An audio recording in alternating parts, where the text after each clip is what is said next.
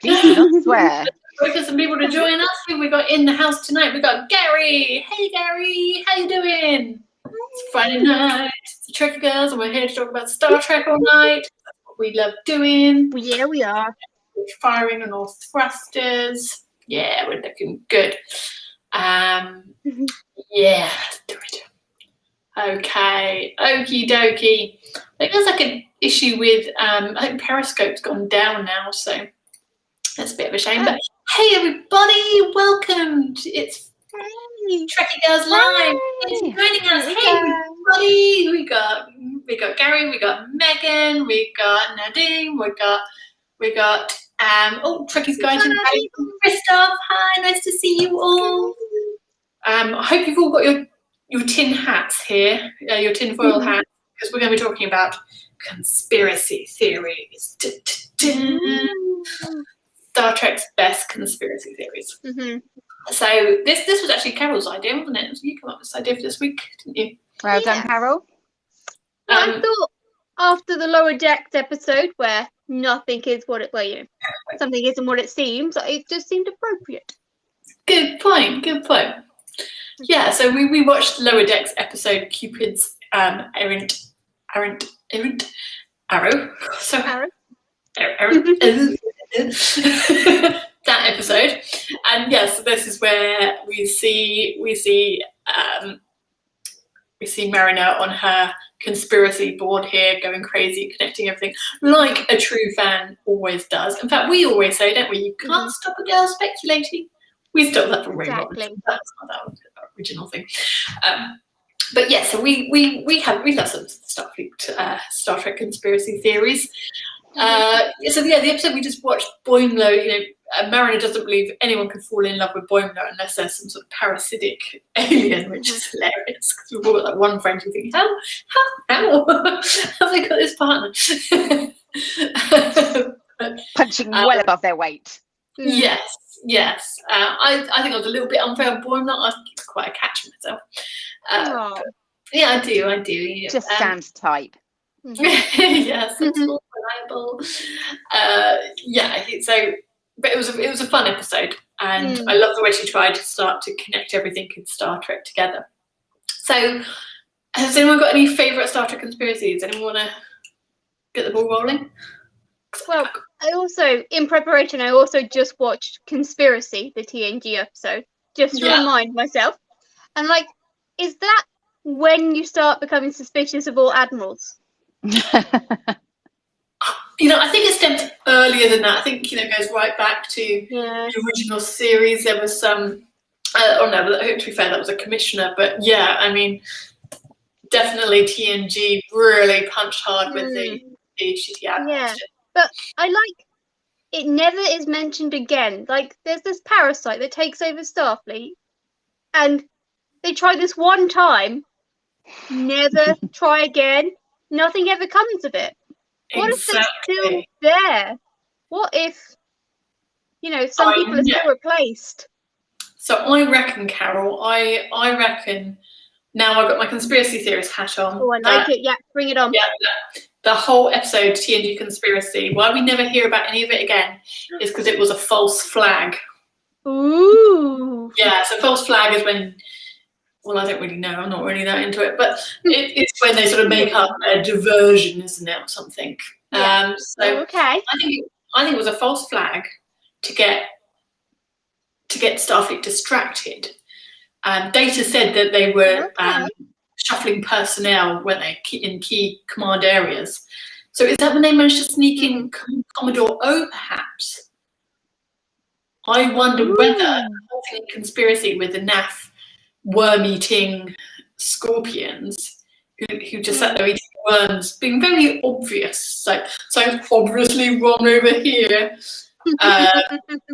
not looking at the new Commodore coming into place, getting ready to... That's my conspiracy theory. Conspiracy theory wasn't a one-off thing. Well, it could be a false flag in that it's also perhaps the changelings seeing how Starfleet would deal with someone not themselves within their ranks. That's a good point, isn't it? So it was to test Starfleet to see how we'd react. How we'd react, like we're in Starfleet, you know. How Starfleet would react should, Exactly. Mm-hmm. So James Dillon, hi James, is saying, you know, what if the beard is real and Riker is fake? Oh man, we're getting deep here now. Yeah, and Tim says, Sam, Sarah, and Carol. Oh, wait, I can put these on the screen now. I can do that. Yeah, the Kirk, Spock, and Bones of Star Trek fandom. Wow, that's quite a compliment. Which Tim? Which? That's the question.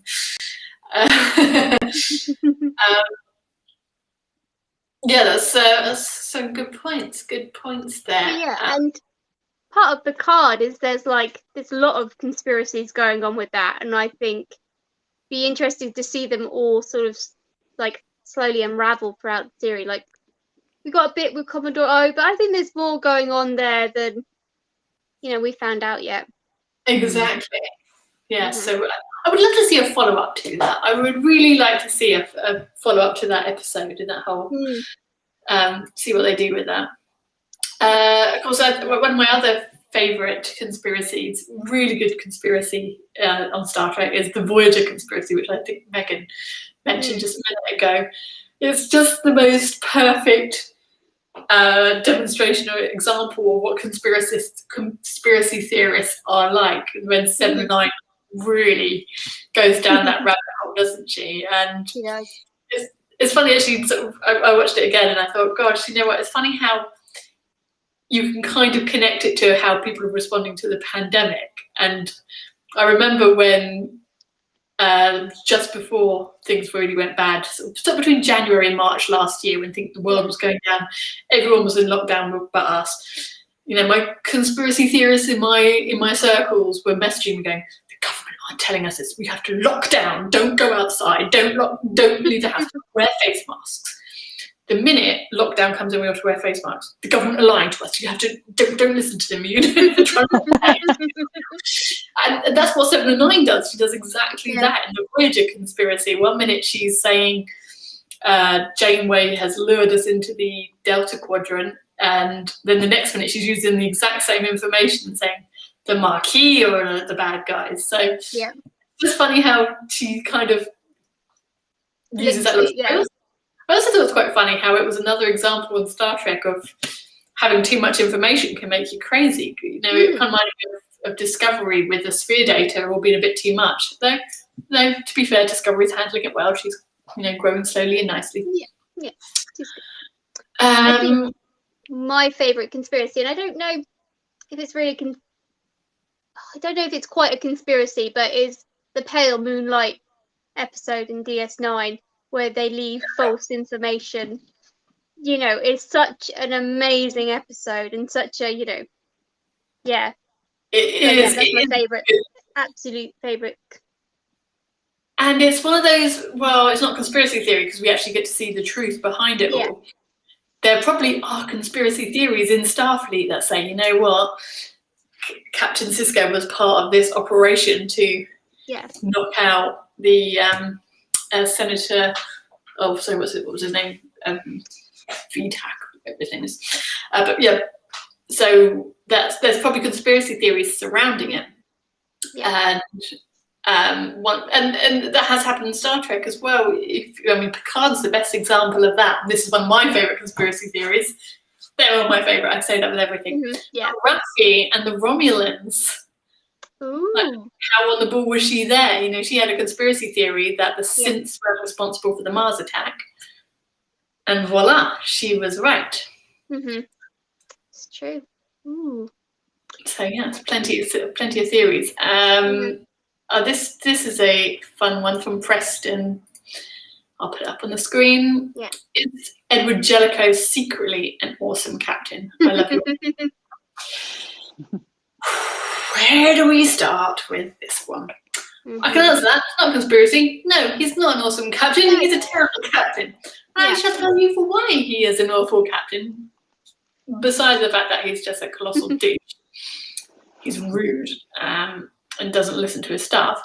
But he wanted to introduce a 4th shift onto the Enterprise D.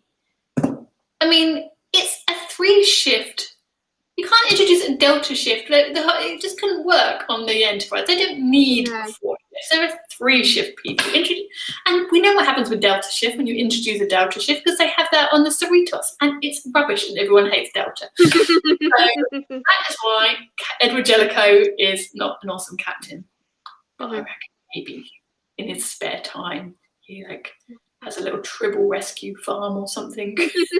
Just to balance it out a bit. Yeah. Yeah. So looks after abandoned Gorgon manders or something. Just no one's allowed to see that sweet side. Thanks for the question, though. That was a good one. So, do you guys have any conspiracies you want to make up about Star Trek, or should we make some up about cast, crew, episodes? Do you think? Yeah, we can do that. Yeah. We can do that. Well, I think we just made one up about the conspiracy being a false flag. Mm-hmm. Yeah, it's you can borrow that, Megan. Colossal douche. Yes, that's yours. Oh yes, Tim's made a good one about the episode with Pegasus with Admiral Pressman. Could have been section 31. He could have been, couldn't he? I hadn't thought of that. It seems like the whole section 31 is, or it's a bit conspiracy theory, isn't it? Yeah. Yeah, that's a good point. Jellicoe got results. Oh god. Can't convince us. These 3 men. The episode about Roswell was took a existing conspiracy theory we have here in our time and turned it into a true life, gave us the real information behind it. So then we all know it's not a conspiracy theory, it really was Ferengi traveling back in time, which is kind of cool. Yeah. I really hope that's the answer. That'd be great. Well, this is a good one. Megan says, was Warship Voyager actually mirror Voyager? I'm guessing you're referring to Living Witness, the episode with Living Witness there. I like it. I like to think that, Megan. I would really like to have seen all of the series mirror universes. I love the we all love the mirror universe comics for the TNG era. They're brilliant. But to see it, because we had yesterday's Enterprise, which was a little bit dark. We had Living Witness for Voyager, but it would have been good to see in Mirror Universe. But it's a good theory there, isn't there? Mm-hmm. So yeah, maybe you could really take that out, couldn't you? You could really say, actually, what if it could have been some sort of anomaly where Voyager actually, the mirror Voyager came into the Delta Quadrant, dumped on some planet, got all rounding. They could have been trailing Voyager all behind. Because there were a few incidences where people said, Voyager, your reputation precedes you everywhere they go. And they're like, oh, why are you saying bad stuff about us? We're super cool. I like it, Megan. I like it. That's a good theory. Yes, good one. And then, of course, oh man, yeah, we got you got Steve Levy in Starfleet mentioned in Lower Decks, who claimed changelings are not real and the Dominion War never happened. Could there be any truth behind that? I mean, I think being a Dominion War denier is pretty low as a person, considering. Yeah, it's like being a War 359 denier. It's just, it happens. It's not cool, man. Oh, I mean, at least he didn't deny War 359. He just said it was an inside job, which is also a terrible thing to say. Also terrible, yeah. Also terrible. Yeah, it was kind of Captain Picard that did it. So I did not say that. That was low. That was low. Please don't back YouTube.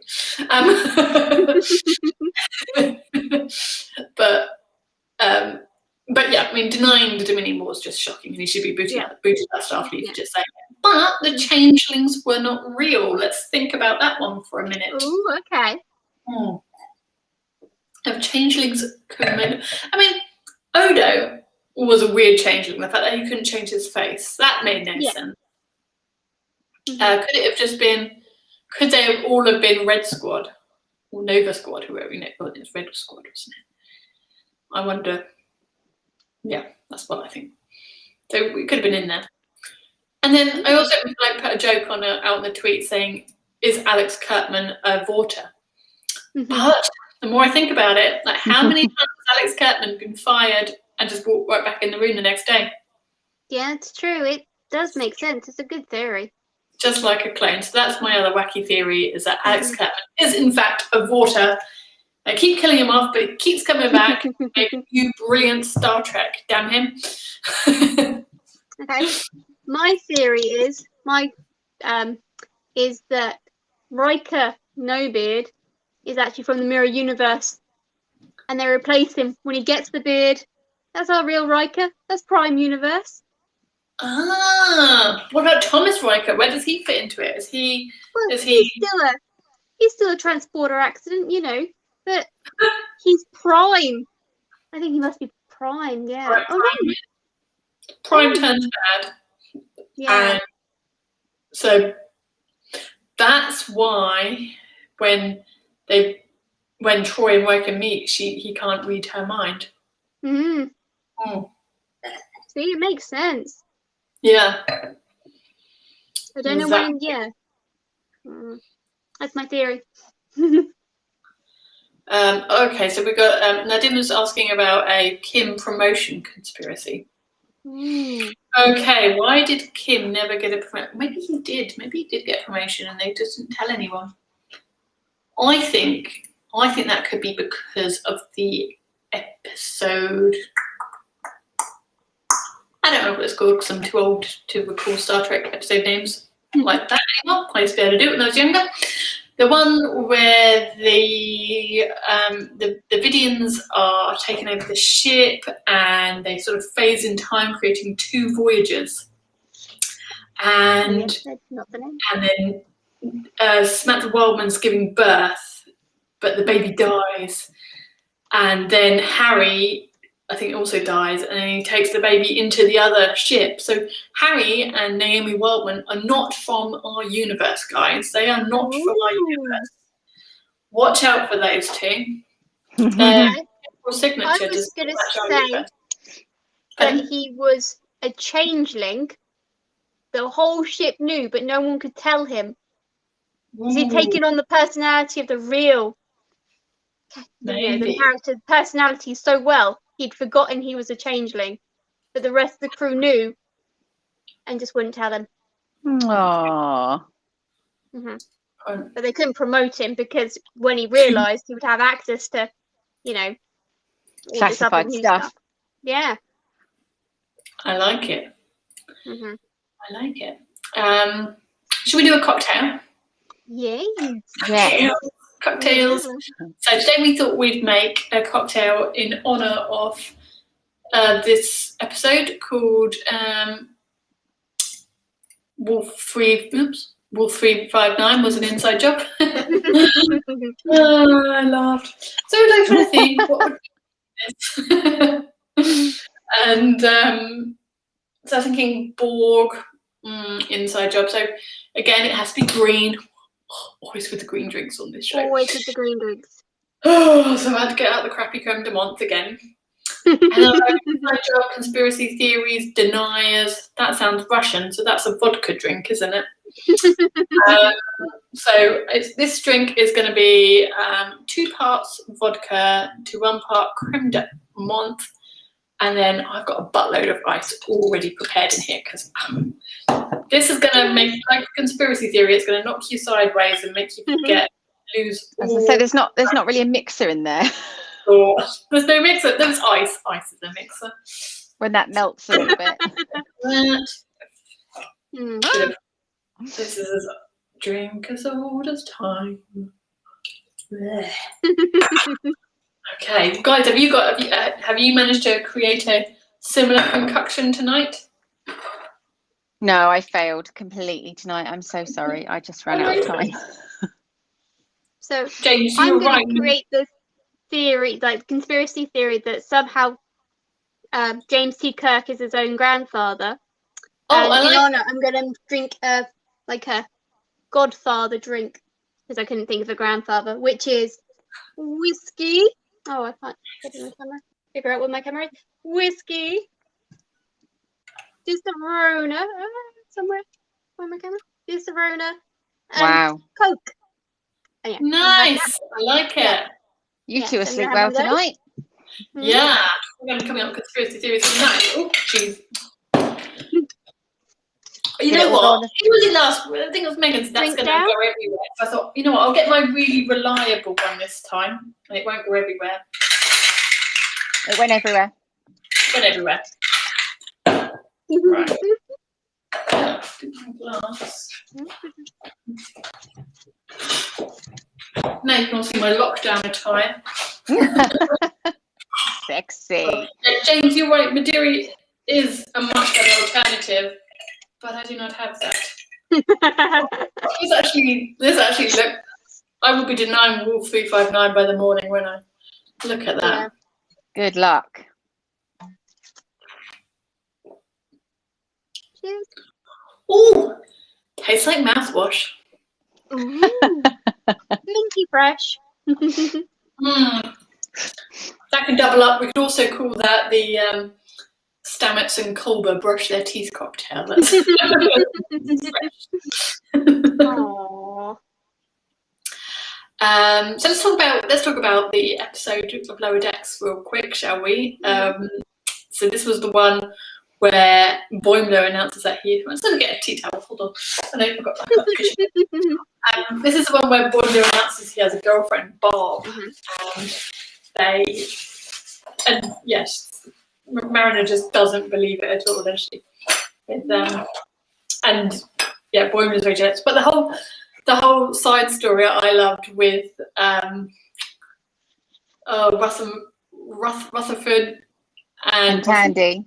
Andy, just so sweet. Them really geeking out over the little minute details of the ship, and I'm dying for those T-88s.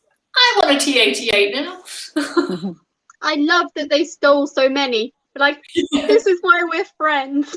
Yeah. Yeah. That's a sweet idea. Who was a T-88? Us. Definitely. Yeah, it was a fun one. And I love the flashback scene as well to Mariner's lost life, I guess, with the old Nemesis uniforms on and joking about the Enterprise and how everything bad happens to them. I just want to keep drinking my original drink. We won't judge you. Yeah. So much nicer. I didn't make these for you guys. Actually, I'll try another bit. It's pretty good. Yeah, I like it. Like, save all the awesome for some of us guys. Like, you know, the Enterprise gets all the great adventures. Like, so good. Yeah. Brilliant. Ooh, Hold on a minute. I'm just trying to. Oh, sorry, I didn't mean to press that button. I meant to turn that off. I'm just trying to get the next thing up. Talk amongst yourselves. So every single episode of Lower Decks, I like it a little bit more. I think there's just it gets warm, like the characters more, and there's something definitely. Yeah. I don't know. So there's been a bit of news in the Star Trek world at the moment. So we know that season 2 of Picard is in production. Yes, God, we need some Star Trek. Michelle Hurd, aka Raffi, messaged that out on Instagram in the week, which is kind of cool.